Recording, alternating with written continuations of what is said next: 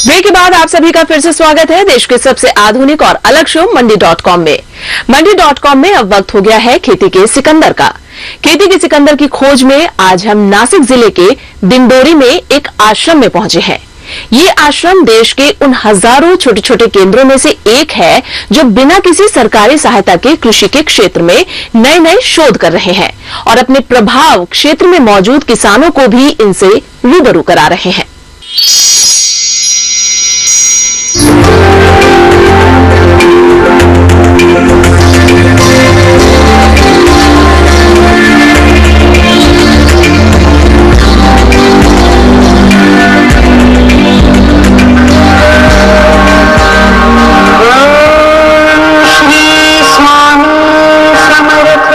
Organic खेती के बारे में आपने बहुत सुना होगा, लेकिन स्वामी समर्थ आश्रम के 12 एकड़ में फैले इन खेतों में जो सब्जियां, अनाज, फल और औषधियां पैदा होती हैं, वो केवल ऑर्गेनिक ही नहीं, सात्विक भी होती हैं। जी हाँ, क्योंकि इन्हें वंशी की धुनों, भजनों और वैदिक मंत्रों के साथ पाला जाता है। और आश्रम के संचालकों की माने तो न केवल इससे खेतों की उत्पादकता में बढ़ोतरी होती है, बल्कि इन उपजों की पौष्टिकता भी इससे बढ़ती है। नासिक शहर से इंदौर की तरफ निकलने पर करीब 35 किलोमीटर आगे ढिंडोरी में ये है स्वामी समर्थ आश्रम। आध्यात्म की शिक्षा तो यहाँ मिलती ही है, लेकिन इस आश्रम ने आध्यात्म के साथ खेती के मामले में किसानों को समृद्ध किया है।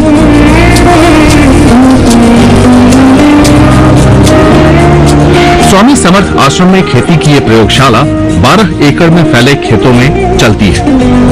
इस आश्रम में करीब 35 प्रकार की सब्जियां, अमरूद, अनार और स्ट्रॉबेरी जैसे कई फल और गेहूं, उड़द, मूंग और चना जैसे अनेक प्रकार के अनाज पैदा होते हैं। सारी फसल पूरी तरह से प्राकृतिक तरीकों से ही तैयार की जाती है। फसलें तो तैयार होती ही हैं, इसी के साथ आश्रम से जुड़े करीब 2500 किसान भी बेहतर खेती के लिए तैयार होते हैं।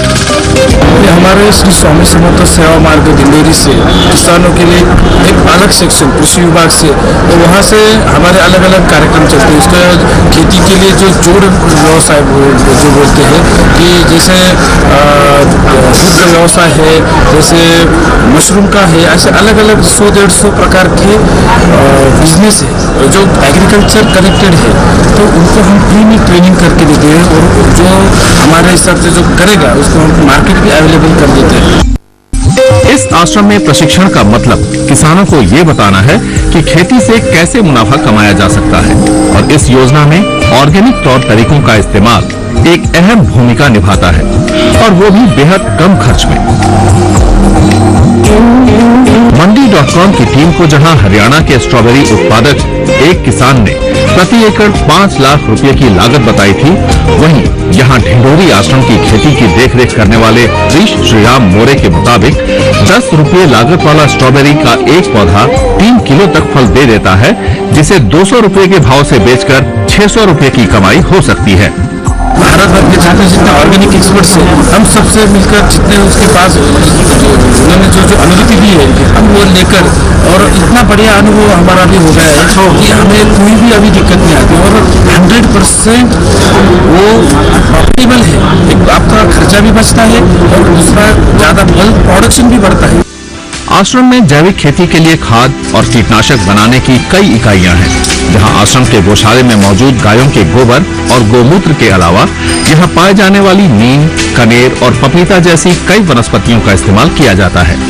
गोबर और बचे हुए खाने का इस्तेमाल कर कंपोस्ट और बायोगैस बनाई जाती है। ये इकाइयां न केवल आश्रम के खेतों में डाले जाने वाले ऑर्गेनिक खादों और कीटनाशकों को बनाने के काम आते हैं, बल्कि किसानों के लिए प्रशिक्षण उपकरण का भी काम करते हैं।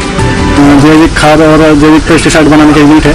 यहाँ पे हम 10 पत्नी अर्क बनाते हैं। 10 पत्नी ऑर्गेनिक जो जानवर 10 पेड़ के पत्ते हैं जो उसमें कुर्मी में कनेर है, एरंड है, पपई है, पपीता जिसे बोलते हैं हम, कनेर है, रुई है, ऐसे 10 प्रकार के पौधे उनके पत्ते निकाल के उसको 1 महीने के लिए पानी में डाल के उसमें 200 लीटर पानी, 30 लीटर गाय का, देसी गाय का गोमूत्र है, उसको 1 महीने के लिए सड़ने के लिए रख देते हैं और सड़ने के बाद में उसको फिल्ट्रेशन करके स्टोर कर रखते हैं। ये 100 लीटर पानी के लिए 3 लीटर 10 पत्नी अर्क लिया तो हर प्रकार वो फंगिसाइड और पेस्ट कंट्रोल का वो काम करता है। ऑर्गेनिक खाद और रासायनिक कीटनाशक के इस्तेमाल से बचने के पर्यावरण और स्वास्थ्य संबंधी फायदों को नजरअंदाज कर दें तो भी केवल फायदे और बिजनेस के लिहाज से किसानों के लिए इनका असर जबरदस्त है। एक ओर तो खाद और कीटनाशक के आदी होते खेतों में इनकी मात्रा हर साल बढ़ती जाती है और दूसरी ओर बढ़ती महंगाई से किसानों का सारा मुनाफा खाद और कीटनाशक कंपनियों की भेंट चढ़ जाता है। ऐसे में खेतों, घरों और पशुधन से निकले कचरे का इस्तेमाल कर बनाए गए ऑर्गेनिक खाद और कीटनाशक किसानों के लिए मुनाफे की एक शानदार रेसिपी तैयार कर सकते हैं। गाय जो है इसका जो गोबर निकलता है उससे हम लोग जीवामृत तैयार करते हैं। इससे हम खेती में उसको यूज करते हैं और ऐसा सूखा भी डालता है, क्योंकि प्याज का जो फसल है उसको गोबर सबसे अच्छा फार्मूला है। गोबर से दूसरा कुछ डालने की जरूरत नहीं, इसको गोबर चाहिए प्याज को। और इसका जो लिक्विड है गोमूत्र जो है इसको ऊपर से हम आर्क है वो गोमूत्र आर्क डालते हैं, क्योंकि इसका जो कीटनाशक जो है वो बारीक बारीक कीड़े मर जाते हैं। किसान ये मानते हैं कि रासायनिक खादों और कीटनाशकों का इस्तेमाल बंद करने से बहुत सी फसलों का उत्पादन भी कम होता है, लेकिन उनका कहना है कि लागत में आने वाले खर्च को एडजस्ट कर वे मुनाफे में ही रहते हैं। जो आश्रम से हमको पहले दशपर्णी आर्क और जीवाणु बैक्टीरिया की थ्योरी हमको दी थी ट्राई के लिए, वो हमने की तो हमको जो इसका सबको बुला के एक प्रशिक्षण दिया गया कि जो जीवाणु बैक्टीरिया की थ्योरी कैसे बनाने की, वो कौन से टाइम में छोड़ने की, उसका टेम्परेचर को कुछ नहीं पता है, ज़्यादा टेम्परेचर में नहीं, कम टेम्परेचर में नहीं।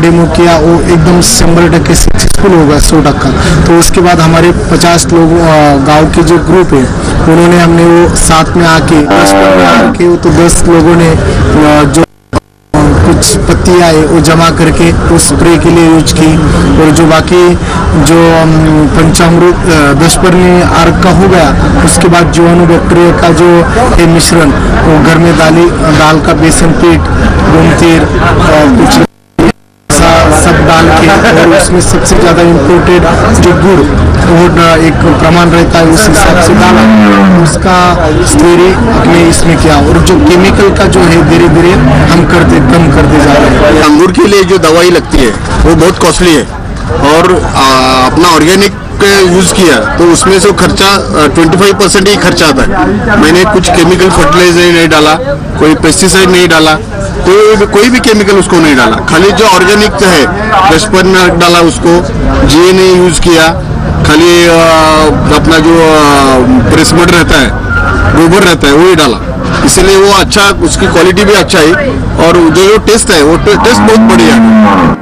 और सबसे अच्छी बात यह है कि धीरे धीरे ऑर्गेनिक सब्जियों और फलों की मांग भी बढ़ने लगी है, जिसका सीधा फायदा उन किसानों को हो रहा है जो रासायनिक खादों और कीटनाशकों का प्रयोग बंद कर चुके हैं। प्याज उत्पादन के लिए पूरे देश में प्रसिद्ध नासिक में किसानों के पास ऐसी कई कहानियां हैं जब सामान्य प्याज के मुकाबले ऑर्गेनिक प्याज को दोगुनी तक कीमतें मिलती हैं। मैं पिछले 35 साल से खेती कर रहा हूँ, लेकिन ये पिछले 5-6 साल से मैं ऑर्गेनिक खेती की तरफ स्वामी समर्थ सेवा मार्ग में आने के बाद हमें ऐसा समझ में आया हम जो कर रहे थे वो गलत कर रहे थे। लेकिन अब जब ऑर्गेनिक का रिपोर्ट्स हम खुद बनाते और खुद हमारे खेती के लिए वो इस्तेमाल करते, उससे ऐसा हुआ कि हमारा खर्चा कम से कम 50 से 60% कम हुआ। जो इनपुट आना चाहिए उसमें भी 15 से 20% बढ़ गया, लेकिन मेरा मुनाफा जो है 70% तक बढ़ गया, क्योंकि मेरा जो खर्चा था 50% खर्चा पहले ही कम हो गया था, मतलब 50% मुनाफा मुझे पहले ही हुआ। और आश्रम के ग्रुप से जुड़े किसानों के लिए यहाँ अब एक नया ब्रांड भी लॉन्च किया गया है, जिसके तहत ऑर्गेनिक उत्पाद बेचे जा रहे हैं। इतना ही नहीं, इस ग्रुप में ऐसे भी किसान हैं जो अपने उत्पादों की प्रोसेसिंग कर ज्यादा मुनाफा कमा रहे हैं। आश्रम परिसर में बने छोटे से मार्केटिंग कॉम्प्लेक्स में ये उत्पाद बिकते हैं और किसानों को फायदा कमाने का नया रास्ता भी बताते हैं। यहाँ 12 एकड़ में फैले इन खेतों में फलों, सब्जियों और अनाजों की सैकड़ों प्रजातियां उगाई जाती हैं। केवल इस ग्रीन हाउस के अंदर 1200 तरह की वनस्पतीय औषधियां उपजाई जाती हैं। ये किसानों के लिए खेती का एक फायदेमंद फॉर्मूला तैयार करती हैं, लेकिन साथ ही मशरूम और एक्वेरियम मछलियों की ब्रीडिंग की जो ट्रेनिंग यहाँ दी जाती है वह इस जगह को स्टार्टअप कंपनियों के लिए भी एक महत्वपूर्ण केंद्र बनाती है।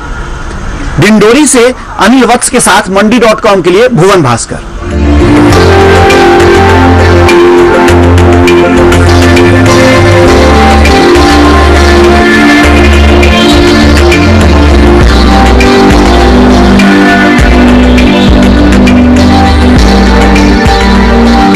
अगले एपिसोड में हम आपको दिखाएंगे कि इस आश्रम में और खेती किसानी को लेकर क्या क्या शोध कार्य चल रहे हैं और साथ ही ये भी बताएंगे कि किस तरह इन्हें आप भी अपनी खेती में आजमाकर अपना फायदा बढ़ा सकते हैं।